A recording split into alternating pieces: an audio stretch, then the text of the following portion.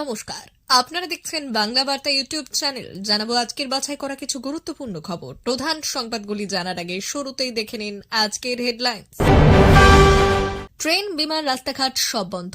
প্রয়াগরাজগামী 2.5 লক্ষ যানবাহন আটকা পড়েছে। কুম্ভে যাওয়ার জন্য জনসাধারণ কি সমাধান খুঁজে পেয়েছেন জানেন? পদত্যাগ করুন, বিকেল 5টা পর্যন্ত সময় বেঁধে দিলেন কলকাতা হাইকোর্টের প্রধান বিচারপতি। সংঘের মত নিয়ে ফেব্রুয়ারিতেই নতুন বঙ্গ বিজেপির সভাপতির নাম ঘোষণা, এগিয়ে কে? এবার সন্দীপ ঘোষের স্ত্রীকে বদলি, আরজিকর থেকে কোথায় পাঠানো হলো? নতুন পোস্টিং এর স্থান ঘিরে তুমুল বিতর্ক। পশ্চিমবঙ্গে সরস্বতী পুজো করতে বাধা দেওয়া হচ্ছে কেন, সেটা উনি আগে দেখুন। হাল বেহাল, বারাণসীতে উপস্থিত 20 লক্ষ ভক্ত। ট্রেন বাতিল হওয়ায় 5 লক্ষ যাত্রী আটকে। প্রশাসনের অবস্থা সংকটময়। কাশীর সৌর গলিগুলি পূর্ণ ভক্তদের দিয়ে। অবৈধ সরকারকে হঠাৎই দেশ জুড়ে ধর্মঘটের ডাক। আওয়ামী লীগের করতে দেব না, পাল্টা ইউনুসের। মাস থেকে বাদ যাবে হাজার হাজার অ্যাকাউন্ট। আজই এই কাজ করার, না হলে মিলবে না লক্ষ্মীর ভান্ডার। প্রিয় দর্শক, আপনি যদি আমাদের চ্যানেলে নতুন হয়ে থাকেন তাহলে আমাদের চ্যানেলটিকে সাবস্ক্রাইব করে পাশে থাকা বেল আইকনটি ক্লিক করে রাখুন পরবর্তী খবরের আপডেটগুলো সবার প্রথমে পেতে। মহাকুম্ভে বিশাল জনতা পৌঁছেছে। পরিস্থিতি মাঝে মাঝে নিয়ন্ত্রণের বাইরে চলে যাচ্ছে। মঙ্গলবার, বুধবার রাতে এখানে পদদলিত হয়ে 20 জনেরও বেশি লোক মারা গেছে। পরিস্থিতির পরিপ্রেক্ষিতে এখন লোকেদের প্রয়াগরাজে পৌঁছতে বাধা দেওয়া হচ্ছে। এর জন্য প্রয়াগরাজের দিকে যাওয়ার সমস্ত রাস্তা ইতিমধ্যে 100 থেকে 125 কিলোমিটার দূরে বাধা স্থাপন করা হয়েছে। সীমান্তবর্তী জেলাগুলিতে লখনৌ, প্রয়াগরাজ জাতীয় সড়ক সহ অনেক প্রধান রাস্তা সম্পূর্ণভাবে বন্ধ করে দেওয়া হয়েছে। বিভিন্ন স্থানে তৈরি হোল্ডিং এরিয়ায় ভক্তদের আটকে দেওয়া হয়েছে। এমন পরিস্থিতিতে এই সমস্ত ব্যারিকেড 15 থেকে 20 কিলোমিটার দীর্ঘ জ্যাম দেখা দিয়েছে। আর এই জ্যামে আটকে আছে লক্ষ লক্ষ মানুষ। বড় কথা হলো, মানুষ কখন এগিয়ে যাওয়ার অনুমতি পাবে সেই সম্পর্কে কেউ কোনো তথ্য দিচ্ছে না। পুলিশ সূত্রে জানা গেছে, প্রয়াগরাজ সংলগ্ন 8টি জেলার সীমান্ত এই ধরনের বাধা স্থাপন করেছে। বর্তমানে এই সমস্ত বাধায় 2.5 লক্ষেরও বেশি যানবাহন আটকে পড়ে আছে। হোল্ডিং এরিয়ায় সকল মানুষকে থামানো হয়েছিল।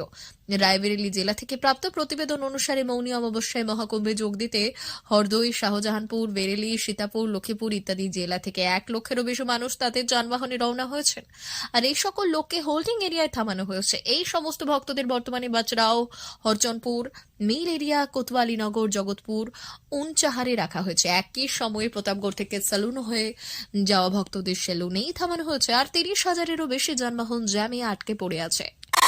শুক্রবার বিকেল 5টার মধ্যে পদত্যাগ করতে হবে পশ্চিমবঙ্গ মেডিকেল কাউন্সিলের রেজিস্ট্রারকে। আর তাকে স্বেচ্ছায় পদত্যাগ করার পরামর্শ দিলেন কলকাতা হাইকোর্টের প্রধান বিচারপতি টি.এস. শিবজ্ঞানম। হাইকোর্টের নির্দেশ, রেজিস্ট্রার যদি স্বেচ্ছায় পদত্যাগ না করে তাহলে তাকে ওই পদ থেকে সরিয়ে দেওয়ার নির্দেশিকা জারি করা হবে। রেজিস্ট্রারের বিরুদ্ধে অভিযোগ, সরকারের আগাম অনুমোদন ছাড়াই অবসরের সময়সীমা পেরিয়ে যাওয়ার পর ওই পদে বহাল ছিলেন তিনি। ফলে ওই পদে থাকার আর কোনো অধিকার রেজিস্ট্রারের নেই বলে বৃহস্পতিবার মন্তব্য করেছেন প্রধান বিচারপতি শিবজ্ঞানম। কলকাতা হাইকোর্টে ওয়েস্ট বেঙ্গল মেডিকেল কাউন্সিলের রেজিস্ট্রারের বিরুদ্ধে মামলা করেছিল জয়েন্ট প্ল্যাটফর্ম অব ডক্টরস নামক সংগঠনটি। রেজিস্ট্রারের সেই পুনর্নিয়োগ অবৈধ বলে জানিয়েছে আদালত। রেজিস্ট্রারকে সরানোর নির্দেশ দিয়েছে। পশ্চিমবঙ্গ মেডিকেল কাউন্সিলের রেজিস্ট্রার পদে রয়েছেন মানস চক্রবর্তী। আর এই পদে তার মেয়াদ শেষ হয়েছে গত 2019 সালের 1 নভেম্বর। কিন্তু তারপরেও তিনি পদত্যাগ করেননি বলে অভিযোগ। মাঝে 5 বছরের বেশি সময় পেরিয়ে গিয়েছে, কিন্তু নিয়ম অনুযায়ী মেয়াদ শেষ হয়ে যাওয়ার পরও, উত্তীর্ণ হয়ে যাওয়ার পরেও পদে থাকতে গেলে রাজ্য সরকারের আগাম অনুমোদন দরকার। আর এই ক্ষেত্রে তা নেওয়া হয়নি বলে অভিযোগ। আদালতের পর্যবেক্ষণ, এভাবে পদ থেকে বেআইনি, তাই পদত্যাগের জন্য সময় বেঁধে নিয়েছে হাইকোর্ট। কেন্দ্রের বাজেট অধিবেশন শেষ হলেই বাংলার বিজেপির সভাপতির নাম নিয়ে চূড়ান্ত সিদ্ধান্ত নেবেন কেন্দ্রীয় স্বরাষ্ট্রমন্ত্রী অমিত শাহ ও দলের সর্বভারতীয় সভাপতি জেপি নাড্ডা। সম্ভাব্য একাধিক নাম আলোচনায় চলছে। তার পাশাপাশি আরএসএস এরও সমর্থনের বিষয় রয়েছে। সংঘের মতামত নিয়ে ফেব্রুয়ারির শেষ সপ্তাহে ঘোষণা হতে পারে বঙ্গ বিজেপি অধিনায়কের নাম। সংঘের তরফেও একাধিক নাম সুপারিশ করা হয়েছে দিল্লিকে। এদিকে বঙ্গ বিজেপির রাজ্য সভাপতি পদে একমাত্র যোগ্য বিরোধী দলনেতা শুভেন্দু অধিকারী। সংবাদ মাধ্যমে এইভাবেই ফের শুভেন্দুকে দলের রাজ্য সভাপতি করার পক্ষে সওয়াল করেছেন প্রবীণ বিজেপি নেতা তথাগত রায়। সংবাদ মাধ্যমে তথাগত বাবু বললেন, আমার ব্যক্তিগত মত হচ্ছে এই পদটা অধিকার করার একমাত্র মানুষ হচ্ছে শুভেন্দু অধিকারী। এই পদটা শুভেন্দু পেলে তার যে কোনো স্বার্থ নেই, সেটাই স্পষ্ট করে দিয়েছেন প্রাক্তন রাজ্যপাল। তার কথায়, শুভেন্দু এই পদটা পেলে তাতে কি আমার কোনো লাভ হবে? আমরা দুটো দুটো পয়সা আসবে আমাকে বিজেপি কোনো পদ দেবে আর আমাকে বিজেপি রাজ্যসভায় পাঠাবে, আবার রাজ্যপাল বানাবে, কোনোটাই নয়। তার দাবি দলের জন্যই তিনি শুভেন্দুকে এই পদে আনার ক্ষেত্রে সমর্থন করেছেন। এতে দল উপকৃত হবে, বাকিটা কেন্দ্রীয় নেতৃত্বের ব্যাপার। আরজিকর কাণ্ডের মামলা চলাকালীন প্রাক্তন অধ্যক্ষ সন্দীপ ঘোষের স্ত্রী সঙ্গীতা ঘোষকে আরজিকর হাসপাতাল থেকে বেলেঘাটা আইডিতে বদলির নির্দেশ দেওয়া হলো। নিজের বাড়ির পাশের হাসপাতালেই বদলি ঘিরে চর্চা স্বাস্থ্য দপ্তরের অভ্যন্তরে। এদিকে সন্দীপ ঘোষের বিরুদ্ধে দুর্নীতি মামলায় কগনিজেন্স নিল আলিপুরে সিবিআই বিশেষ আদালত। তবে আরজিকর দুর্নীতি মামলায় এবার আদালতের কড়া ভৎসনার মুখে পড়ল সিবিআই। আরজিকর দুর্নীতি মামলায় এবার সিবিআইয়ের বিরুদ্ধে বড় অভিযোগ। সন্দীপ ঘোষ, অভিজিৎ মণ্ডলের বিরুদ্ধে সরকার চার্জ গঠনের অনুমতি দেওয়ার পরও তা আদালতকে জানায়নি কেন্দ্রীয় তদন্তকারী সংস্থা। আর এই নিয়ে বৃহস্পতিবার আদালতের প্রশ্নের মুখে পড়ল সিবিআই। বিচারক বললেন, আমি শোকজ করব, যা বলার তখন বলবেন। কেন রাজ্য চার্জ গঠনের অনুমতি দেওয়ার সত্ত্বেও আদালতকে তা জানালো না, তার কারণ জানতে চেয়ে সিবিআইকে এই দিন শোকজ করলেন আলিপুর আদালতের বিচারক। আদালতের পর্যবেক্ষণ 27 তারিখ সরকার অনুমোদন দেয় আর 28 তারিখ আপলোড হয়েছিল। কেন দুদিন বিলম্ব করলো সিবিআই, তা নিয়ে কাল জবাবদিহি করতে হবে সিবিআইকে। সন্দীপ ছাড়াও আশিস পান্ডে, আফসার আলী, সুমন হাজরা এবং বিপ্লব সিংহের বিরুদ্ধে কগনিজেন্স নিয়েছে আদালত। আরজিকর দুর্নীতি মামলায় সিবিআই তদন্তকারী আধিকারিককে ভৎসনা আদালতের। 28 জানুয়ারি রাজ্য সরকারের কাছ থেকে কগনিজেন্স নেওয়ার অনুমতি এসেছে। কেন দুদিন পর আদালতে এলে কগনিজেন্সের আবেদন এবং সরকারি অনুমোদনের কথা বলছে সিবিআই, এই প্রশ্ন তুলে সিবিআইকে তুলোধনা করে আদালত। কুম্ভমেলায় পদপিষ্ট হয়ে একের পর এক মৃত্যুর ঘটনায় বিজেপিকে কাঠগড়ায় তুলে সরব হয়েছে তৃণমূল। এবার পাল্টা তৃণমূলকে বেঁধলেন রাজ্যের বিরোধী দলনেতা শুভেন্দু অধিকারী। বৃহস্পতিবার দিল্লি থেকে কলকাতায় ফিরে তিনি মমতা বন্দ্যোপাধ্যায়ের জামানায় ধর্মীয় অনুষ্ঠানে পদপিষ্টের ঘটনা মনে করিয়ে দিয়ে তিনি বললেন, মমতা বন্দ্যোপাধ্যায় সরস্বতী পুজোয় কেন বাধা দেওয়া হচ্ছে সে ব্যাপারে মন দিন। এদিন শুভেন্দুবাবু বললেন, এটা রাজনীতি করার সময় নয়, সনাতনীদের একটি কর্মসূচি দেখে ওদের হিংসে হয়, তাই এই কথা বলছেন। বিরোধীরা তুষ্টিকরণের কাজ করছে, হরিণঘাটায় তৃণমূলের বুথ সভাপতি সরস্বতী পুজো রুখছে, সেদিকটা দেখা উচিত মমতা বন্দ্যোপাধ্যায়। শুভেন্দুবাবু আরো বললেন, 5 বছর আগে গঙ্গাসাগর মেলায় পদপিষ্ট হয়ে মৃত্যু হয়েছিল। পানিহাটের মহোৎসব তলার পদপিষ্ট হয়ে 3 জনের মৃত্যু হয়, তখন কার গাফিলতি ছিল?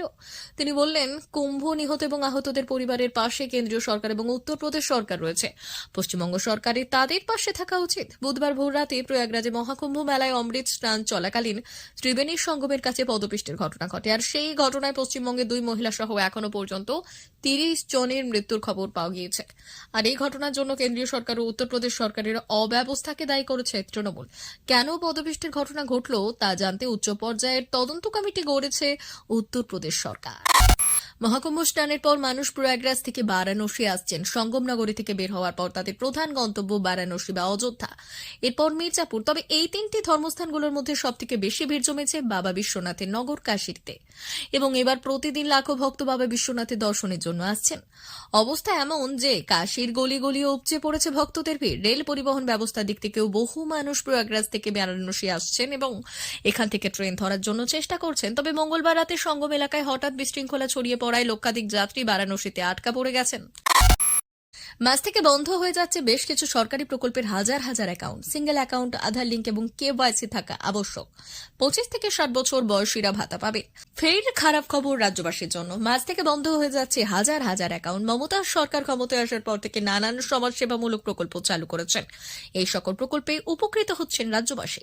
পড়ুয়া থেকে বৃদ্ধ সকলের জন্য প্রকল্প নিয়ে এসেছেন মমতার সরকার।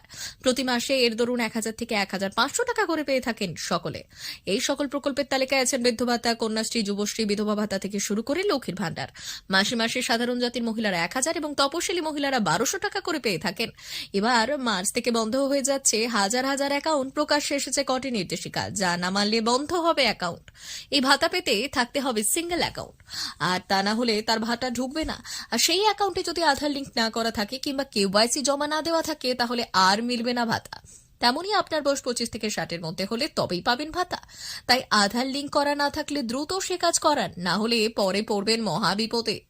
খবর আজকের মতো এই পর্যন্তই। ধন্যবাদ।